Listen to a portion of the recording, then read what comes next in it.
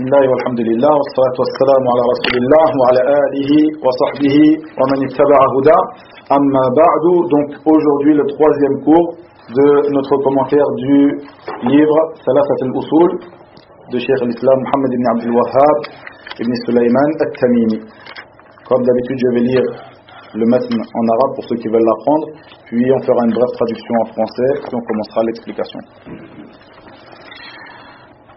قال رحمه الله تعالى: اعلم رحمك الله أنه يجب على كل مسلم ومسلمة تعلم ثلاث هذه المسائل والعمل بهن.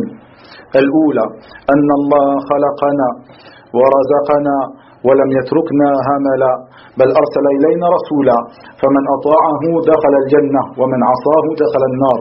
والدليل قوله تعالى: إنا أرسلنا إليكم رسولا شاهدا عليكم كما أرسلنا إلى فرعون رسولا فعصى فرعون الرسول فأخذناه أخذا وبيلا. الثانية أن الله لا يرضى أن يشرك معه أحد. J'ai une erreur ici dans le matn. Vous voyez parfois certains moutons que vous achetez, il y a peut-être un mot qui est venu avant un autre ou après un autre. Ceci n'est pas un souci. Si tu vois que le frère qui lit le matn fait il y a un mot avant un autre ou un mot qui a été effacé, il y a plusieurs copies du livre qui nous ont été rapportées selon la personne qui aura fait imprimer le livre et quelle copie ou la copie sur laquelle il se sera appuyé. Comme cela dans les explications, tu trouveras parfois quelques petites différences. الثانية أن الله لا يرضى أن يشرك معه في عبادته أحد لا ملك مقرب ولا نبي مرسل. والدليل قوله تعالى: وأن المساجد لله فلا تدعوا مع الله أحدا. الثالثة أن من أطاع الرسول ووحد الله لا يجوز له موالاة من حاد الله ورسوله ولو كان أقرب قريب. والدليل قوله تعالى: لا تجد قوما يؤمنون بالله واليوم الآخر يوادون من حاد الله ورسوله ولو كانوا آباءهم أو أبناءهم أو إخوانهم أو عشيرتهم أولئك كتب في قلوبهم الإيمان وأيدهم بروح منه ويدخلهم جنات تجري من تحتها الأنهار خالدين فيها رضي الله عنهم ورضوا عنه أولئك حزب الله ألا إن حزب الله هم المفلحون. On va s'arrêter ici pour l'instant. Donc dans la traduction approximative de ces paroles, rahimahullah, sache qu'Allah soit miséricordieux envers toi, qu'il est obligatoire à tout musulman et musulmane d'apprendre les trois points qui suivent et de les mettre en application. Le premier, Allah nous a créés et nous a donné notre subsistance et il ne nous a pas laissés sans commandement et sans interdiction. Bien au contraire, il nous a envoyé un messager. Quiconque lui obéit rentrera au paradis et quiconque lui désobéit rentrera en enfer. Et la preuve de cela se trouve dans le verset suivant: nous vous avons envoyé un messager pour être témoin contre vous. De même que nous avions envoyé un messager à Pharaon. Pharaon désobéit au messager, nous le saisîmes donc rudement. Le deuxième, Allah n'accepte pas qu'on lui associe quiconque ou quoi que ce soit dans son adoration, que ce soit un ange rapproché ou un prophète envoyé. La preuve de cela est dans le verset suivant: les mosquées sont consacrées à Allah, n'invoquez donc personne avec Allah. Le troisième, il n'est pas permis à celui qui a obéi au messager, qui a cru en l'unicité d'Allah et qui n'a adoré rien d'autre que lui et rien d'autre avec lui, de prendre pour ami, d'aimer et de s'allier à celui qui s'oppose à Allah et à son messager, même s'il s'agit du plus proche de nos parents. Et la preuve se trouve dans le verset: tu n'en trouveras pas parmi les gens qui croient en Allah et au jour dernier, qui prennent pour amis ceux qui s'opposent à Allah et à son messager, fussent-ils leur père, leur fils, leur frère ou les gens de leur tribu. Il a prescrit la foi dans leur cœur et il les a aidés de son secours. Il les fera entrer dans des jardins sous lesquels coulent les ruisseaux, où ils demeureront éternellement. Allah les agrée et il l'agrée.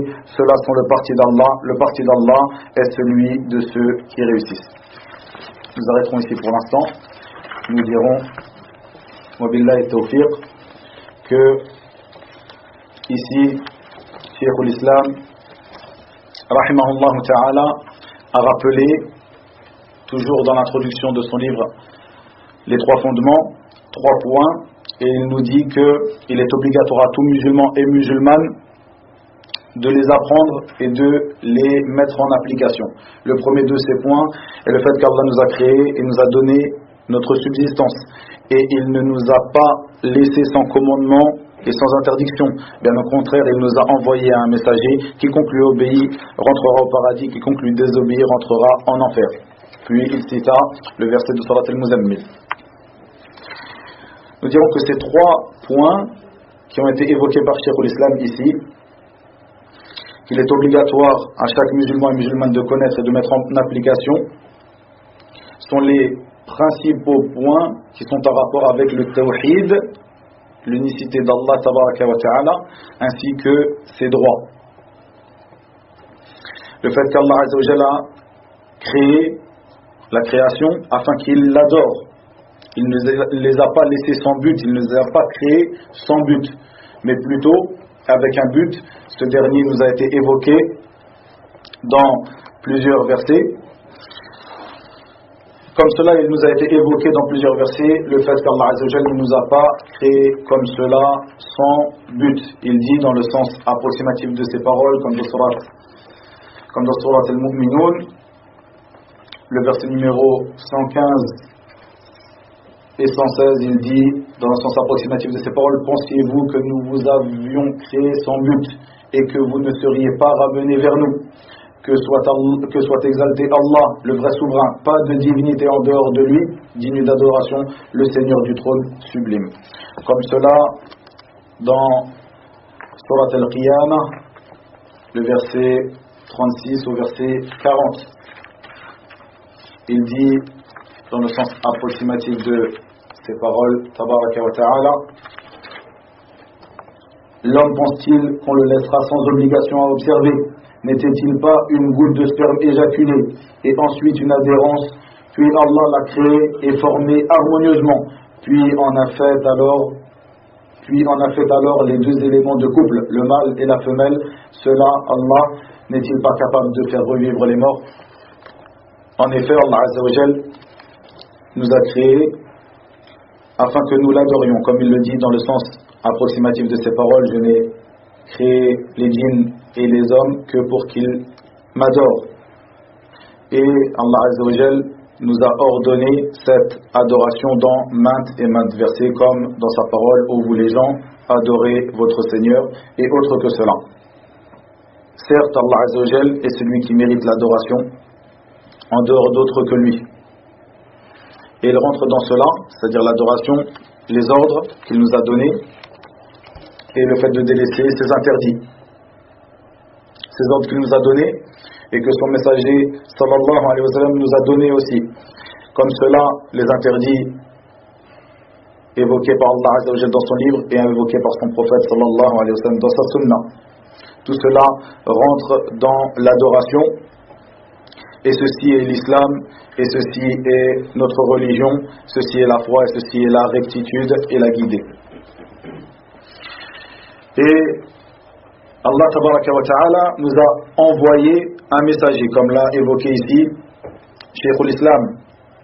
Ce messager, comme vous le savez, Muhammad ibn Abdillah sallallahu alayhi wa sallam, il nous a été envoyé avec tout ce que nous avons évoqué précédemment. Il lui fait révéler le Coran afin que nous alignions sur la religion de vérité et sur la guidée, afin que nous œuvrions selon ce qu'il nous a ordonné, que nous écartions de ses interdits. Et ce dernier, Muhammad sallallahu alayhi wa sallam, comme nous le verrons plus en détail dans le 3e de ces 3 fondements, est le sceau des prophètes, c'est-à-dire qu'il n'y a pas de prophète et de messager après lui. Il est venu afin d'instruire les gens, de leur enseigner leur religion et de les sortir des ténèbres vers la lumière. Et comme cela, le prophète sallallahu alayhi wa sallam dit, et ceci est le sens de sa parole, la parole de Cheikh l'Islam, Muhammad ibn Abdul Wahhab: et quiconque lui désobéit et quiconque lui obéir entrera au paradis, et quiconque lui désobéir entrera en enfer. Nous voyons dans cela la parole du prophète sallallahu alayhi wa sallam où il dit, dans le sens approximatif de ces paroles, toute ma communauté, ou tous les gens de ma communauté rentreront au paradis, sauf celui qui ne l'aura pas voulu, qui l'aura refusé. Et as-sahaba de s'étonner en lui disant, et qui refuse cela au messager d'Allah? Et il répondit, sallallahu alayhi wa sallam, celui qui m'aura obéi rentrera au paradis, et celui qui m'aura désobéi aura certes refusé l'entrée au paradis.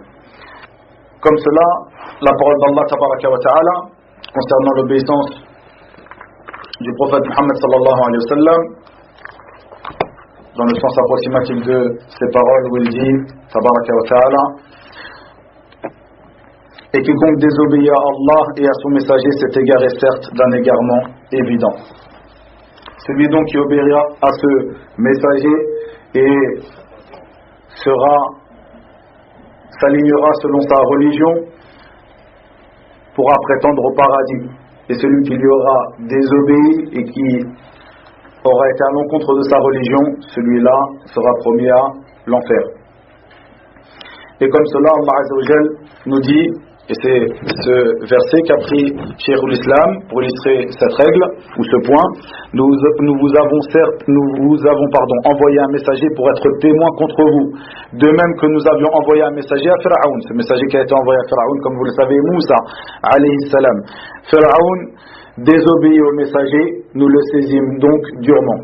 Et ici, Allah tabaraka wa ta'ala nous rappelle ce verset dans son livre pour nous mettre en garde cette communauté que si elle désobéit au messager qui lui a été envoyé, Muhammad sallallahu alayhi wa sallam, elle aura la même rétribution et elle rencontrera le même châtiment qui a été rencontré par Pharaon et son peuple lorsqu'ils ont désobéi au messager qui leur a été envoyé, Moussa alayhi salam. Ici un point que nous allons détailler rapidement concernant la différence entre le messager et le prophète. Ar-Rasoul, le messager, et An-Nabi, le prophète. Est-ce que ces deux choses-là sont identiques? Un messager est un prophète, ou ces deux choses-là sont différentes? Ar-Rasoul, le messager, est celui qui est envoyé avec un message. Et Ar-Rasoul, ici, le mot Rasoul, veut dire en réalité, ou veut dire en arabe donc mursal, c'est-à-dire envoyé. Ar-Rasoul, sa définition, les savants ont divergé à propos de cela. À propos, de la différence entre Ar-Rasoul ou An-Nabi.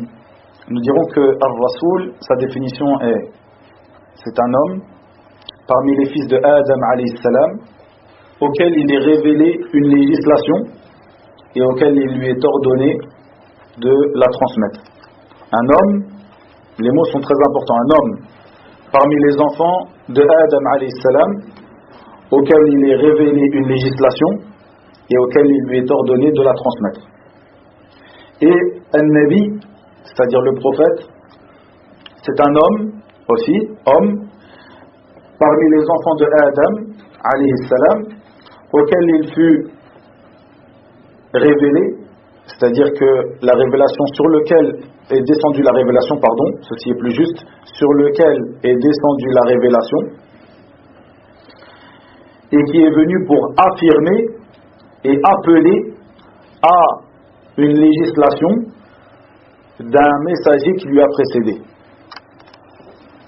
Un homme parmi les enfants de Adam alayhi salam, sur lequel est descendue la révélation, et qui est venu pour affirmer et appeler à une législation d'un messager qui l'a précédé. Ceci est la définition la plus exacte de Ar-Rasoul ou An-Nabi, c'est-à-dire du messager et du prophète. Comme cela, nous voyons qu'il y a une certaine divergence. Certains parmi les savants, de grands savants, dont leur parole est estimée, ont dit que le prophète est un homme parmi les enfants de Adam alayhi salam, sur lequel est descendue la révélation, mais qui n'a pas été ordonné de transmettre ce qui lui a été révélé. Et ici, dans notre définition que nous avons évoquée ici, qui est évoquée par nombre de savants, le fait que ce dernier est ordonné de transmettre le message qui lui a été révélé et d'appeler à une législation d'un messager qui a été envoyé avant lui. Nous voyons dans cela la parole d'Allah Tabaraka wa Ta'ala, où il dit dans le sens approximatif de ces paroles: que de prophètes avons-nous envoyés aux anciens? Que de prophètes avons-nous envoyés aux anciens? C'est-à-dire qu'Allah Azza wa Jalla nous parle du fait qu'il a envoyé des prophètes. Il les a envoyés afin d'appeler à quelque chose. C'est-à-dire que nous voyons ici dans ce verset la preuve que le prophète aussi, comme le messager, est envoyé et est ordonné de transmettre le message. Ceci est la définition la plus juste, Inch'Allah, du messager et du prophète. Et il faut savoir que tout messager est aussi prophète, mais tout prophète n'est pas forcément messager. Une dernière chose, le fait qu'il n'y a pas chez les femmes de prophétresses. C'est pour cela que dans notre division nous avons dit un homme parmi les fils de Adam alayhi salam. Il n'y a pas chez les femmes de prophétresses. Comme cela, ceci est une question: est-ce qu'il y a parmi les djinns des prophètes? Est-ce qu'il y a parmi les djinns des prophètes et des messagers? Allah Azza wa Jalla a ordonné les hommes et les djinns de l'adorer. Il ne les a créés que pour cela, que pour l'adoration. Il y a-t-il parmi les djinns des prophètes et messagers? Kamel. Il y a des nouveaux. Ahsant. Il n'y a pas chez les djinns de prophètes, mais il y a des nuzur. Il n'y a pas chez les djinns d'envoyés, il n'y a pas de rusul, pluriel de rasoul, il n'y a pas de rusul, mais il y a des nuzur. Qu'est-ce que nuzur? Le pluriel de nadir. Un nadir, c'est l'avertisseur. C'est-à-dire que chez les djinns, il n'y a pas de prophète. Le prophète sallallahu alayhi wa sallam a été envoyé aux hommes et aux djinns. Mais il y a chez eux des nuzur, des avertisseurs. Le deuxième point qui a été évoqué par Cheikh l'Islam ici est qu'Allah n'accepte pas qu'on lui associe avec lui quiconque ou quoi que ce soit dans son adoration, que ce soit un de ses anges rapprochés ou un prophète envoyé. Et la preuve de cela, les mosquées sont consacrées à Allah. N'invoquez donc personne en dehors d'Allah. Ce point a été évoqué pour appuyer le premier point. Et ceci est l'appel de l'ensemble des messagers. Comme le dit Allah Azza wa Jalla dans le sens approximatif de ces paroles, nous avons certes envoyé à chaque communauté un messager qui leur dit: adorez Allah et écartez-vous de At-Taghut. Et ce point, nous l'avons déjà étudié dans Al-Qawad al-Arba', les 4 règles. Nous dirons simplement ici que il faut que tu saches que Allah Azza wa Jalla n'agrée pas que tu y associes quiconque dans son adoration. Comme c'est lui qui a créé, qui t'accorde ta subsistance, qui fait mourir et donne la vie, c'est lui qui t'a accordé tous ses bienfaits, c'est lui le seul qui mérite l'adoration. Pour cela, il n'agrée pas qu'on lui associe qui que ce soit ou quoi que ce soit. Que cette personne ou que cette chose associée soit la plus vile des choses, une pierre, un arbre, ou que ce soit, quand je dis la plus vile, celle qui a le moins d'importance, que ce soit une pierre, un arbre, ou parmi les meilleures de ces créatures, un ange rapproché ou un messager envoyé.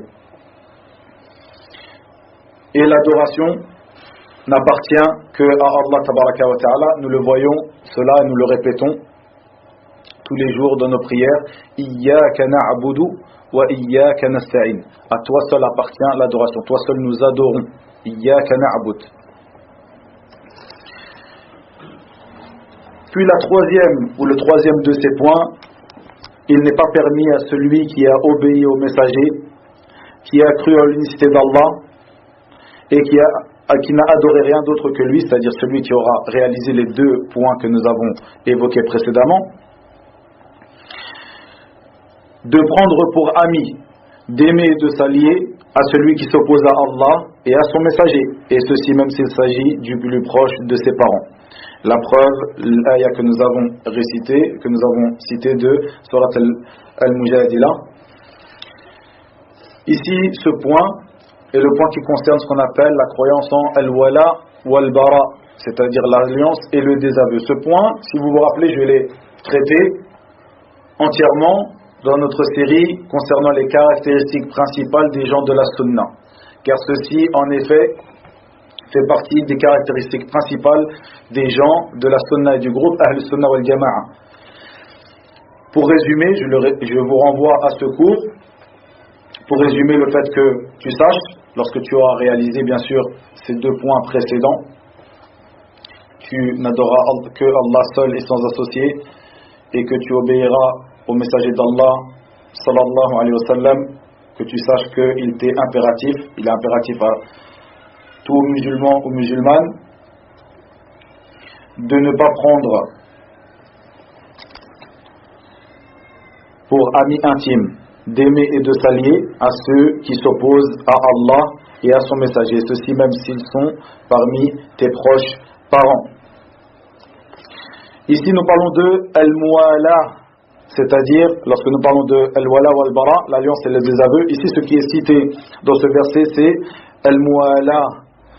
Al-muwala, c'est-à-dire le fait de s'allier, mais ce n'est pas simplement cela. Al-muwala est de plusieurs sortes, et la sorte qui est interdite ici, c'est celle qui réunit l'amour et le secours. Al-mahabba wa al-nusra, l'amour et le secours, c'est-à-dire que tu aimeras ceux qui s'opposent à Allah et à son messager et que tu les secoureras. Bien sûr, nous avions traité des points dans notre cours concernant l'amour qu'une personne peut avoir pour les gens de sa famille, et nous avions traité ces points, donc je vous renvoie vers ce cours concernant cela, le fait que une personne peut aimer les gens de sa famille même s'ils ne sont pas sur la religion de l'islam, du moment que cet amour ne sera pas un amour pour leur religion et ne sera pas un amour plus fort que celui qui est demandé aux croyants. Et comme cela, le fait que tu aimeras, ceci est la croyance de l'alliance et du désaveu qui nous est obligatoire à tous d'avoir. Tu aimeras une personne selon ce qu'elle a en elle comme foi en Allah et son messager, et tu détesteras une personne selon ce qu'elle a en elle comme non-croyance en Allah et son messager. Et ceci, cette croyance de l'wala ou al-bara, s'applique aussi aux gens de l'innovation, comme à ceux qui commettent des péchés. C'est-à-dire que tu aimeras ton frère musulman en fonction de ce qu'il a comme obéissance à Allah et son messager, tu le détesteras pour sa désobéissance. Comme cela, les gens de l'innovation, tu les détesteras pour les innovations qu'ils font et pour leur désobéissance à Allah et son messager. Tu devras donc t'allier et te désavouer en fonction de ce que les gens auront en eux comme foi et obéissance, ou non-croyance et désobéissance. Et ceci, comme l'a évoqué le prophète sallallahu alayhi wa sallam dans ce hadith où il dit, dans le sens approximatif de ses paroles, l'anse la plus solide de la foi est l'amour en Allah et le fait de détester pour Allah. Voici pour ces 3 points. On va terminer le cours en terminant l'introduction de Cheikh al-Islam Muhammad ibn Abdul Wahhab rahimahullah ta'ala, puis nous entamerons au prochain cours incha'Allah le premier de ces 3 fondements. Puis Cheikh al-Islam dit dans la suite du matn, il dit: اعلم أرشدك الله لطاعته أن الحنيفية ملة إبراهيم أن تعبد الله وملة إبراهيم أن تعبد الله مخلصا له الدين وبذلك أمر الله جميع الناس وخلقهم لها كما قال الله تعالى وما خلقت الجن والإنس إلا ليعبدون ومعنى يعبدون يوحدون وأعظم ما أمر الله به التوحيد وهو إفراد الله بالعبادة وأعظم ما نهى الله عنه الشرك وهو دعوة غيره معه والدليل قوله تعالى واعبدوا الله ولا تشركوا به شيئا فإذا قيل لك ما الأصول الثلاثة التي يجب على الإنسان معرفتها فقل معرفة العبد ربه ودينه ونبيه محمدا صلى الله عليه وسلم. Ici, la fin de l'introduction. Sache qu'Allah te guide vers son obéissance, que Al-Hanifiyya, qui est la religion d'Ibrahim, consiste à adorer Allah seul en lui vouant un culte exclusif. C'est cela qu'Allah a ordonné aux hommes et c'est le but pour lequel il les a créés. Comme le dit Allah Tabaraka wa Ta'ala dans le sens de ses paroles, je n'ai créé les djinns et les hommes que pour qu'ils m'adorent. Pour qu'ils m'adorent signifie pour qu'ils croient en mon unicité et pour qu'ils n'adorent que moi. Et la plus grande et la plus importante et la plus grande et la plus important et le plus important des ordres d'Allah qu'il nous a ordonné, qu'il nous a donné est at-tawhid, c'est-à-dire le monothéisme. Et le tawhid signifie de rendre toutes les formes d'adoration exclusivement à Allah tabaraka wa ta'ala. La plus grave et la plus dangereuse des choses qu'Allah nous a interdit est al-shirk, l'idolâtrerie. Et le shirk signifie invoquer autre qu'Allah avec lui. Et la preuve de cela se trouve dans le verset suivant, adorer Allah et ne lui donner aucun associé. Ces points, nous allons terminer rapidement dessus, car ce sont des points que nous avons déjà étudiés. Donc, nous dirons ici que Cheikh l'Islam a terminé son introduction aux trois fondements en nous parlant de Al-Hanifiyya. Il nous dit, sache qu'Allah te guide vers son obéissance, que Al-Hanifiyya, qui est la religion d'Ibrahim, consiste à adorer Allah seul en lui vouant un culte exclusif. Al-Hanifiyya, nous l'avons déjà évoqué et étudié dans notre étude de Al-Qawa'id al-Arba', les 4 règles. Nous avions dit que Al-Hanifiyya, quelle est-elle? Ahmed, تفضل. أحسنت. الإقبال على الله والإعراض عمن سواه, c'est-à-dire Al-Hanifiyya, c'est le fait d'aller vers Allah, vers son obéissance et de se détourner d'autres que lui dans l'adoration. Et ceci est la religion de Ibrahim alayhi salam, et Allah Azza wa Jalla l'a évoqué dans plusieurs versets. Il nous dit dans le sens approximatif de ces paroles, il dit Ibrahim était un guide ummah parfait, il était soumis à Allah, voué exclusivement à lui, et il n'était pas du nombre des associateurs. Ceci est le sens de Al-Hanifiyya, le fait d'être soumis à Allah Azza wa Jal, voué à lui exclusivement. Et ceci est la religion de Ibrahim qu'il nous a été ordonné de suivre. Comme cela Allah Azza wa Jal dit au prophète Muhammad sallallahu alayhi wa sallam, puis nous t'avons révélé de suivre la religion d'Ibrahim qui est Al-Hanifiyya, le fait de se soumettre entièrement à Allah tabaraka wa ta'ala. Et donc Al-Hanifiyya, c'est le fait de vouer un culte exclusivement à Allah tabaraka wa ta'ala et de se détourner de l'adoration d'autres que lui tabaraka wa ta'ala. Ibrahim est le père des prophètes. Et Allah Azza wa Jalla nous a évoqué ce qu'il en était de se détourner de sa voie, la voie du père des prophètes, cette voie, Al-Hanifiyya, qu'il ordonna à son prophète Muhammad sallallahu alayhi wa sallam de suivre. Et il dit, tabaraka wa ta'ala, dans le sens approximatif de ces paroles, qui donc aura en aversion la religion de Ibrahim, sinon celui qui sème son âme dans la sottise.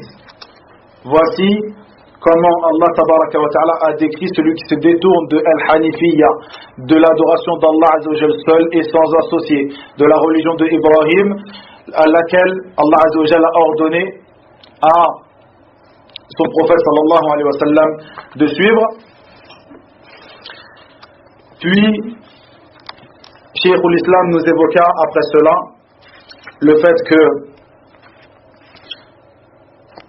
la plus grande et la plus importante ou le plus grand et le plus important des ordres qu'Allah nous a ordonné est At-Tawhid. Nous avons évoqué ce qu'est Tawhid. Nous avions dit que Tawhid était Ifradullah bil ibada, le fait d'adorer Allah seul et sans associé, de l'unifier dans l'adoration. Nous avions évoqué aussi deux sortes de Tawhid, ou trois sortes de Tawhid. Tawhid al-Rububiyyah, c'est-à-dire l'unicité dans la seigneurie, l'unicité dans l'adoration et l'unicité dans les noms et attributs d'Allah tabaraka wa ta'ala. Et il nous évoqua aussi, Cheikh l'Islam, que la plus grave et la plus dangereuse des choses qu'Allah nous a interdit est Ash-Shirk, c'est-à-dire l'idolâtrerie. Et il nous évoqua ici que l'idolâtrerie est le fait d'invoquer autre qu'Allah avec lui. Ceci est une partie de l'idolâtrerie de Shirk. Et Ash-Shirk se divise en deux, comme nous l'avons déjà évoqué.